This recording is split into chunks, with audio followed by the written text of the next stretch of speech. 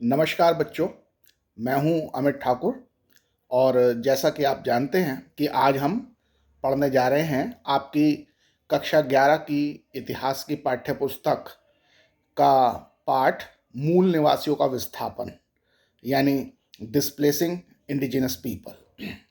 इसके बारे में हम पहले भी कई चर्चा कर चुके हैं। तो आज हम इसके जिस खंड पर बात करने जा रहे हैं वो है पारस्परिक धारणाएं, यानी म्यूचुअल परसेप्शंस।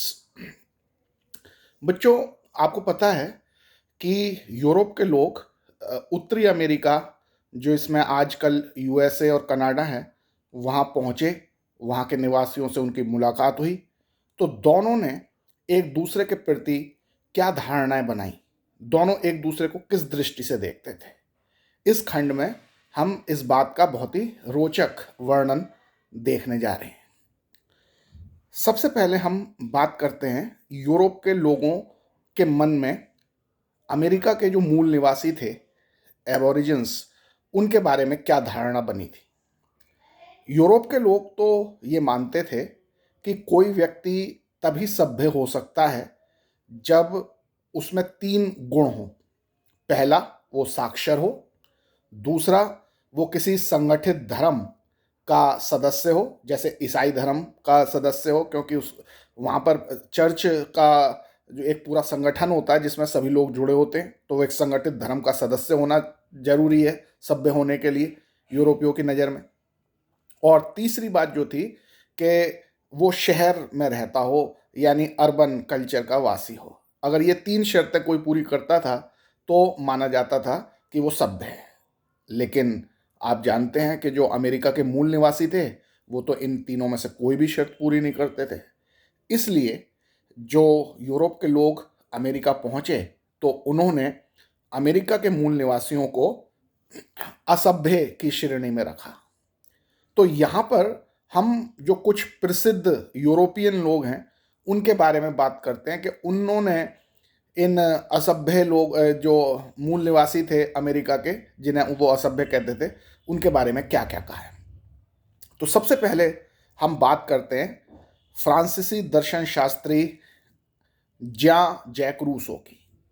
रूसो भी इन अमेरिका के मूल निवासियों को असभ्य ही मानता था, लेकिन वो फिर भी उनको अच्छा मानता था, क्योंकि उसकी नज़र में जो यूरोप की सभ्यता थी वो वास्तव में लालच से भरी हुई सभ्यता थी। तो अगर ये यहाँ के मूल निवासी, अमेरिका के मूल निवासी अगर असभ्य हैं तो बहुत अच्छी बात है, क्योंकि वो सभ्यता की बुराइयों से बचे हुए हैं। ये मानना था किसका? जैक रूसो का। अब एक प्रसिद्ध जो अंग्रेजी कवि हैं उनकी बात करें कि वो क्या मानते थे इन्हें, और वो प्रसिद्ध कवि हैं वर्ड्सवर्थ। वर्ड्सवर्थ का मूल निवासियों को देखने का नज़रिया बहुत ही हे दृष्टि से वो उन्हें देखते थे। और उनका ये मानना था कि जो प्रकृति के पास रहते हैं, यानी आदिवासी मूल निवासी, उनमें कल्पना शक्ति नहीं होती, वो सभ्य नहीं हो सकते। ये किसका मानना था? वर्ड्सवर्थ का। इसी प्रकार अमेरिका के जो तीसरे राष्ट्रपति थे थॉमस जेफरसन, उनकी नज़र में भी ये जो अमेरिका के मूल निवासी थे वो बहुत ही असभ्य थे। उनके बारे में उन्होंने ऐसी टिप्पणियां की हैं कि आज के ज़माने में अगर कोई राष्ट्रपति किसी भी समुदाय के बारे में करे तो बहुत ही उसकी निंदा होगी। उन्होंने क्या कहा था थॉमस जेफरसन ने इन आदिवासियों के बारे में? उन्होंने कहा, यह अभागी नस्ल जिसे सभ्य बनाने के लिए हमने इतनी जहमत उठाई, अपने अपने उन्मूलन का औचित्य सिद्ध करती है। इसका मतलब वो कह रहे हैं कि हमने इन्हें बहुत सभ्य बनाने की कोशिश की, लेकिन ये नहीं सुधरे, ये सभ्य नहीं बने और इनको ख़त्म ही हो जाना चाहिए। तो कैसा क्रूर दृष्टिकोण था इन अमेरिका के, इन यूरोप के लोगों का जो अमेरिका के मूल निवासियों के प्रति। लेकिन ऐसा नहीं था कि सारे जो ये जो यूरोप के लोग थे वो सारे ही इनको बहुत बुरी दृष्टि से देखते थे मूल निवासियों को। हम एक प्रसिद्ध लेखक वॉशिंगटन इरविंग के बारे में बात करते हैं। वो इन जो मूल निवासी थे उनको अच्छी दृष्टि से देखते थे, और उन्होंने इन मूल निवासियों का जो वर्णन किया है वो बिल्कुल ही अलग है वर्ड्सवर्थ के वर्णन से। उन्होंने कहा है कि हाँ भाई, ये जो जब हमारे जो अमेरिका जो हमारे जो यूरोप के लोगों के सामने ये मूल निवासी जब आते हैं तो सकुचाते हैं, सहमते हैं, बहुत कम बोलते हैं, लेकिन ऐसा होना स्वाभाविक है। अगर यूरोप के लोग भी बिल्कुल अनजान अजनबी लोगों के बीच में पहुंच जाएंगे तो वो भी ऐसा ही व्यवहार करेंगे।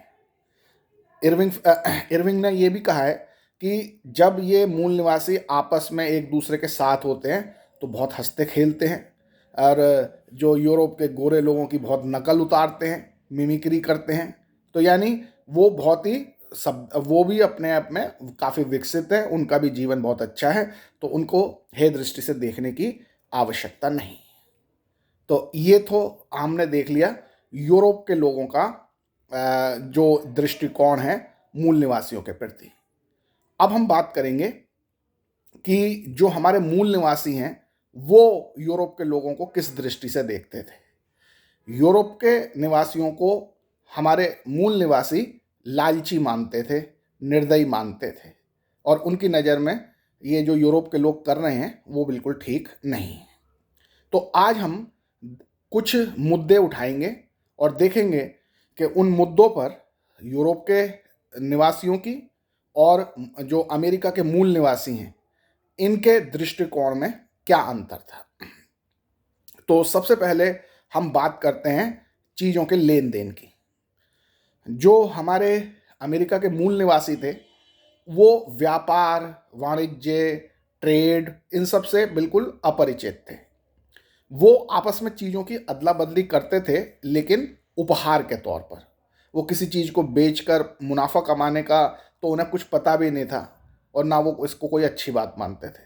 उनकी नज़र में तो भाई मेरे पास कोई चीज़ है और किसी दूसरे व्यक्ति को इसकी ज़रूरत है तो मुझे उसे दे देनी चाहिए उपहार के तौर पर। तो वो लेन देन उपहार के तौर पर करते थे। वहीं दूसरी तरफ जो हमारे यूरोप के लोग थे वो तो हर चीज़ को व्यापार की दृष्टि से देखते थे, और लेन देन वो व्यापारिक दृष्टिकोण से, खरीदने बेचने की दृष्टि से, मुनाफा कमाने की दृष्टि से किया करते थे। जो हमारे यूरोप के निवासी थे वो बाजार यानी कि मांग पूर्ति की शक्तियों से किसी चीज़ की कीमत कैसे तय होती है उसके हिसाब से खरीद बेच करते थे इन मूल निवासियों से। और मूल निवासियों को इन सब चीज़ों का कोई बात ही समझ में नहीं आती थी। उन्हें यही नहीं समझ में आता था कि कभी तो उनकी किसी चीज़ के बदले में जो यूरोप के लोग हैं वो कोई दूसरी चीज़ें ज़्यादा दे देते हैं और कभी कम देते हैं। उन्हें यही नहीं पता होता था कि ये मांग और पूर्ति की शक्तियों से चलने वाला जो यूरोप की अर्थव्यवस्था है उसमें चीज़ों के दाम कैसे घटते बढ़ते रहते हैं। उन्हें इस बात का बड़ा आश्चर्य होता है कि कभी तो ये इसके लिए इसके बदले हमारी इस चीज़ के बदले में ये ज़्यादा अपनी चीज़ दे देते हैं, कभी कम दे देते हैं। तो ये बात उनके बात में उनको समझ में नहीं आती थी। तो एक तो ये अंतर हमने उनके दृष्टिकोण में देखा। अब बात करते हैं शिकार के बारे में, उनके दोनों के दृष्टिकोण में क्या अंतर था। मूल निवासी भी शिकार करते थे, लेकिन केवल अपनी आवश्यकता के लिए। वो जानवरों को अंधाधुंध नहीं मारते थे। जितनी उनकी मांस की या खाल की जरूरत होती थी केवल उतने जानवर मारते थे, और उनके साथ बाकी जानवरों को प्यार से रखते थे, सहचरी का जीवन जीते थे। लेकिन जो यूरोप के लोग थे वो तो हर चीज़ को व्यापार की दृष्टि से देखते थे। तो यहाँ पर यानी अमेरिका में जो ऊद बिलाव हैं, ओटर्स, भालू, इनकी जो रोएदार खालें हैं, फर, उसको प्राप्त करने के लिए ताकि उसका वो व्यापार करके पैसा कमा सकें, उन्होंने अमेरिका में बहुत सारे जानवरों को अंधाधुंध मार डाला। इससे मूल निवासी बहुत दुखी थे। अब हम तीसरी बात अगली जो बात करते हैं वो है कि पहले तो यूरोप के लोग व्यापारी बनकर आए अमेरिका में, लेकिन फिर उनके पीछे पीछे बहुत सारे यूरोप के लोग अमेरिका में बसने की दृष्टि से भी चले आए। उसका जो मुख्य कारण था वो ये था कि यूरोप में धार्मिक असहिष्णुता थी। जो कैथोलिक लोग थे वो प्रोटेस्टेंटों को प्रताड़ित करते थे, और जो प्रोटेस्टेंट थे वो कैथोलिक को प्रताड़ित करते थे। तो अमेरिका में इस तरह की घुटन भरी आपस के लड़ाई झगड़ों की ज़िंदगी से ऊब कर बहुत सारे यूरोपियन लोग अमेरिका में नई जिंदगी बसाने की दृष्टि से चले आए थे। और पहले जब आए तब तो यहाँ बहुत जगह थी, तो कोई समस्या नहीं आई। लेकिन जैसे जैसे यूरोपीय लोगों की आबादी बढ़ती चली गई, तो उसके बाद तो फिर ये यूरोपीय लोग इन मूल निवासियों की बस्तियों में भी पहुंच गए, उनको वहाँ से हटाने लगे, उन पर कब्जा करने लगे। इससे इन दोनों के बीच में तनाव उत्पन्न हो गया। अब जो अगली बात महत्वपूर्ण है वो ये है कि वनों यानी जंगलों के बारे में मूल निवासियों का और यूरोप वासियों का दृष्टिकोण किस प्रकार का था, उसमें क्या अंतर था। तो मूल निवासी तो जंगलों को प्यार करते थे, वो जंगलों में रहते थे और चाहते थे कि जंगल बने रहें। लेकिन जो यूरोप के वासी थे, जो आबादकार थे, जो आए थे यहाँ पर रहने के लिए, बसने के लिए, वो इन जंगलों को पसंद नहीं करते थे। उनकी नज़र में तो ये था कि इन जंगलों को काट कर यहाँ पर मक्का, धान, इस तरह की खेती की जाए और जिसे बेचकर बहुत भारी मात्रा में व्यापार किया जाए। जमीन के मालिकाना हक के बारे में भी इन दोनों के दृष्टिकोण में बहुत भारी अंतर था। मूल निवासी जमीन को कोई ऐसी चीज नहीं मानते थे जिस पर कोई मिल्कियत रखी जाए या मालिकाना हक रखा जाए। तो वो जमीन का कोई मालिक होने को ना तो महत्व देते थे, ना स्वीकार करते थे। लेकिन जो हमारे यूरोप के आबादकार, जो सेटलर्स यहाँ पर आए, उनकी नज़र में ज़मीन एक बेशकीमती चीज़ थी और उस पर मालिकाना हक होना बहुत ज़रूरी था। तो यहाँ पर भी इन दोनों के बीच में हमें इसमें अंतर दिखाई देता है। और क्योंकि जो हमारे मूल निवासी थे, वो ना तो खेती को ज़्यादा महत्व देते थे, न ज़मीन के मालिकाना हक को ज़्यादा महत्व देते थे, इसलिए थॉमस जेफरसन जैसे अमेरिकियों की नज़र, जो यूरोप के लोगों जो अब अमेरिका में रहने लगे थे, उनकी नज़र में ये जो मूल निवासी थे वो असभ्य थे। यहाँ तक की बात जानने के बाद अब हम बात करते हैं कनाडा और संयुक्त राज्य अमेरिका के भौतिक विस्तार की। कनाडा और संयुक्त राज्य अमेरिका शब्द जो हैं, देश जो हैं, वो 18वीं शताब्दी में बने। लेकिन उस समय ये देश बहुत छोटे छोटे थे, इनका जमीन जितनी आज है उतनी नहीं थी। तो फिर ये कैसे विस्तृत होते चले गए, कैसे इनका विस्तार हुआ? इनका विस्तार कई तरीकों से हुआ। जैसे जब 18वीं शताब्दी के बाद के अगले 100 सालों में जो यूरोप के आबादकार यहाँ रहने आए थे अमेरिका में, कनाडा में, तो उन्होंने अपना राज्य को, अपने क्षेत्र को बढ़ाना लगातार जारी रखा। संयुक्त राज्य अमेरिका ने कई विशाल क्षेत्रों को दूसरे लोगों से खरीदा। जैसे उसने दक्षिण में फ्रांस से लुसियाना नाम का प्रांत खरीद लिया, रूस से अलास्का की जमीन खरीद ली। तो इस तरह से उसने खरीद कर भी अपना क्षेत्र बढ़ाया। लेकिन उसने कुछ जमीन युद्ध करके भी प्राप्त की। जैसे मैक्सिको का अधिकांश इलाका अमेरिका ने युद्ध करके हासिल किया। इस तरह से देखा। और एक बात बड़ी महत्वपूर्ण है कि जब वो दूसरों की जमीन खरीदते थे, युद्ध करके जीतते थे, तो वो रत्ती भर भी इस बात की परवाह नहीं करते थे कि वहाँ रहने वाले मूल निवासियों की इच्छा क्या है, क्या वो संयुक्त राज्य अमेरिका में शामिल होना चाहते हैं या नहीं। अब 19वीं शताब्दी में अभी अभी तो 18वीं शताब्दी देखी, अब उसके बाद जब 100 साल तक उन्होंने अपना काफ़ी विस्तार कर लिया अमेरिका ने, कनाडा ने, तो 19वीं सदी में अमेरिका के भूदृश्य में क्या क्या बदलाव आए, इस पर भी हमें बहुत ध्यान से समझना चाहिए। इस पर भी परीक्षा में काफ़ी प्रश्न आते हैं। तो हम कह सकते हैं कि 19वीं शताब्दी में अमेरिका के भूदृश्य में काफ़ी बदलाव आए। सबसे पहली बात तो ये थी कि जमीन के प्रति यूरोपीय लोगों का नज़रिया यहाँ के अमेरिका के मूल निवासियों से बिल्कुल अलग था। यूरोप के लोग जमीन के प्रति भूखे थे, बहुत भूखे थे। वो ज़्यादा से ज़्यादा ज़मीन को अपने मालिकाना हक में शामिल करना चाहते थे। इसके कई कारण थे कि ऐसा वो क्यों करते थे, ऐसा व्यवहार। इसका एक कारण तो ये था कि यूरोप में ऐसी प्रथा थी कि किसी व्यक्ति का जो जायदाद है, ज़मीन है, वो केवल उसके बड़े बेटे को ही मिलती थी। बाकी जो पुत्र होते थे, पुत्रियां होती थीं, उन्हें ज़मीन में से कुछ भी हिस्सा नहीं मिलता था यूरोप में। तो जो छोटे पुत्र थे या पुत्रियाँ थीं, वो अ, अपनी ज़मीन की भूख मिटाने के लिए यूरोप छोड़ के अमेरिका में आकर बसने लगे और यहाँ अंधाधुंध ज़मीन पे कब्ज़ा करने लगे। तो इस तरह से भूदृश्य बदल रहा है और इन यूरोपीय लोगों का लगातार कब्ज़ा होता जा रहा है पूरे अमेरिका के भूक्षेत्र पर। दूसरी बात जो थी वो ये थी, जैसे जर्मनी, स्वीडन, इटली जैसे जो देश थे, वहाँ पर छोटे-छोटे जो किसान थे, आम लोग थे, उनकी ज़मीनें बड़े ज़मींदारों ने हथिया ली थीं। तो वो सब लोग भूमिहीन बन गए थे। तो इसलिए वो भी अपना यूरोप का देश छोड़कर अमेरिका आकर ज़्यादा से ज़्यादा ज़मीन हथियाना चाहते थे, ताकि उनकी जो ज़मीन के मालिक होने की जो इच्छा थी, जो यूरोप में पूरी नहीं हो पा रही थी, वो यहाँ पर पूरी हो सके। तो इस वजह से भी ज़्यादा से ज़्यादा ज़मीनों पर कब्जा होता गया और अमेरिका और कनाडा का विस्तार होता चला गया। इसके अलावा जो पोलैंड के लोग आए थे, उनको अमेरिका में जो प्रेरीज़ हैं, जहाँ बड़ी-बड़ी घास का प्रदेश है, जहाँ पर आजकल खूब गेहूँ की, मक्के की खेती होती है, तो उनको वो प्रेरीज़ का प्रदेश जो है अपने यूरोप के स्टेपिस प्रदेश जैसा ही लगता था और उनको अपने यूरोप की याद आ जाती थी इसी जगह पर रहकर प्रेरीज़ में, तो इसलिए वो यहाँ की ज़्यादा से ज़्यादा ज़मीन पर कब्जा करना चाहते थे। और यहाँ पर वो रहकर बहुत सारी फसलें उगाते थे, खासकर ऐसी फसलें जो यूरोप में नहीं मिलती थीं, जैसे धान और कपास, और उनको बेचकर भारी मात्रा में वो मुनाफा कमाते थे।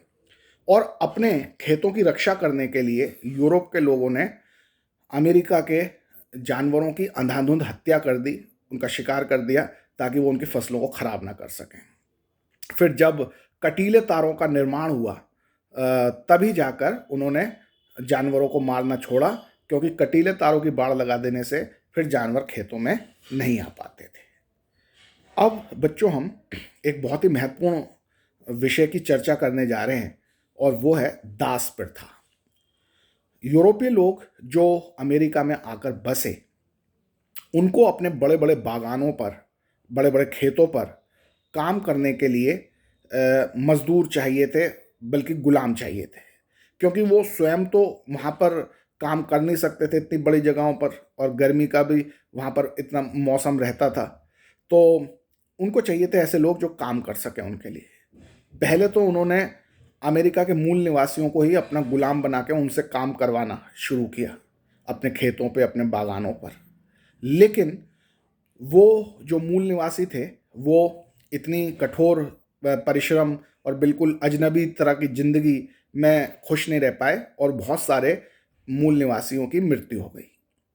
तो अब ऐसे समय में यूरोपीय लोगों के सामने संकट आ गया कि भाई, अब हम अपने बागानों में किस तरह से किन लोगों से खेती करवाएं। तो उन्होंने एक उपाय सोचा, और वो अफ्रीका के लोगों को पकड़ पकड़ के गुलाम के तौर पे यहाँ लाने लगे अमेरिका में, और अपने बागानों में, अपने खेतों में उनसे काम करवाने लगे।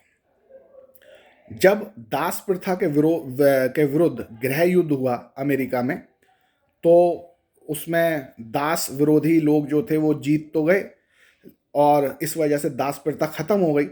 लेकिन जो अफ्रीका के लोग जो पहले से ही दास बने हुए थे, और उनके बच्चे भी, वो दास के रूप में ही रहे।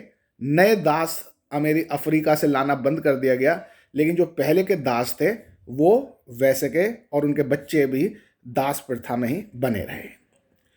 अब यहाँ पर एक बहुत महत्वपूर्ण बात आती है कि अमेरिका में एक गृह युद्ध हुआ था 1861 से 65 के बीच में। वो क्यों हुआ था?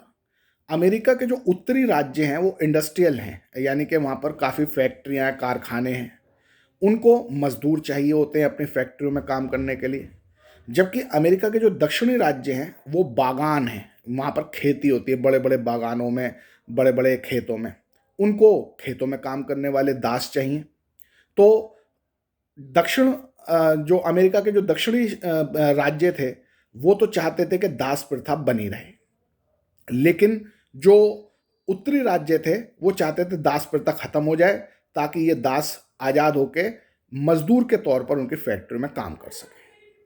तो इसी बात पर दोनों अमेरिका के उत्तरी राज्यों और दक्षिणी राज्यों के बीच में एक ज़बरदस्त गृह युद्ध हुआ, 1861 से 65 के दौरान, और जिसमें हम अब्राहम लिंकन जो थे वो उस समय अमेरिका के राष्ट्रपति थे, और उन्होंने घोषित किया कि गुलामी यानी दास प्रथा बहुत ही अमानवीय है और इसको ख़त्म होना चाहिए। और 1865 के युद्ध में, जो उनका गृह युद्ध हुआ था, उसमें उत्तरी राज्यों की जीत हुई और इस तरह से अमेरिका से दास प्रथा समाप्त कर दी गई। लेकिन जो काले लोग थे अमेरिका में रहने वाले, यानी जो दास थे, अफ्रीकन लोग जो थे, उनको वास्तविक आज़ादी तो 20वीं शताब्दी में ही मिल पाई। तभी उनको जो सार्वजनिक वाहनों में बराबर से यात्रा करने, बराबर गोरे लोगों के साथ एक ही स्कूल में पढ़ने, एक ही अस्पताल में इलाज कराने, एक ही जगह पे जाने का अधिकार मिल पाया। यानी जो अमेरिका का गृह युद्ध हुआ था 1861 से 65 के बीच में, उसमें भले ही दास प्रथा खत्म कर दी गई थी, लेकिन इन काले लोगों को पूरे अधिकार नहीं मिले। वो बाद में जाकर 20वीं शताब्दी में ही उन्हें मिल पाए। और अब हम अपने वीडियो के अंत में एक और महत्वपूर्ण मुद्दे पर बात करते हैं, और वो है कनाडा की विशिष्ट समस्या के बारे में। कनाडा में कुछ हिस्सा तो फ्रांस के लोगों ने जीत रखा था और कुछ हिस्सा इंग्लैंड के लोगों ने जीता, और जब पूरे राज्य पर कब्जा करने की बात आई तो फ्रांस वाले कहने लगे कि नहीं भाई, हम इंग्लैंड के लोगों के जो शासन में नहीं आएंगे, हमें अलग होना है। तो काफ़ी जद्दोजहद के बाद, काफ़ी मुश्किलों के बाद ये तय हुआ कि कनाडा को एक फेडरल कंट्री, एक फेडरल स्टेट बना दी जाए, एक परिसंघ बना दी जाए, जिसमें राज्यों को ज़्यादा अधिकार होंगे, वो अपने हिसाब से अपना राज्य, अपना शासन चला सकेंगे, और एक फेडरेशन होगा, एक परिसंघ होगा जो सारे राज्यों से मिलकर बनेगा, लेकिन केंद्र के मुकाबले में राज्यों को ज़्यादा अधिकार होंगे। इस तरह की व्यवस्था करके कनाडा का एक परिसंघ बनाया गया, और जो समस्या आ रही थी कि फ्रांस वाले उनसे अलग होना चाह रहे थे, उस समस्या को दूर किया गया। तो बच्चों, आज हमने एक बहुत ही महत्वपूर्ण जो पार्ट, हमारे इस पार्ट का जो एक बहुत ही महत्वपूर्ण जो खंड है, उसके बारे में चर्चा की, जिसमें हमने ये देखा कि हमारी जिसमें हमने ये देखा कि हमारा जो मूल निवासियों का और यूरोपीय लोगों का एक दूसरे के बारे में क्या दृष्टिकोण था, और साथ ही हमने ये देखा कि भिन्न भिन्न मुद्दों पर दोनों के दृष्टिकोणों में क्या अंतर था। तो आज हम अपनी चर्चा यहीं समाप्त करते हैं और अगले वीडियो में इससे आगे चलेंगे। तब तक के लिए नमस्कार।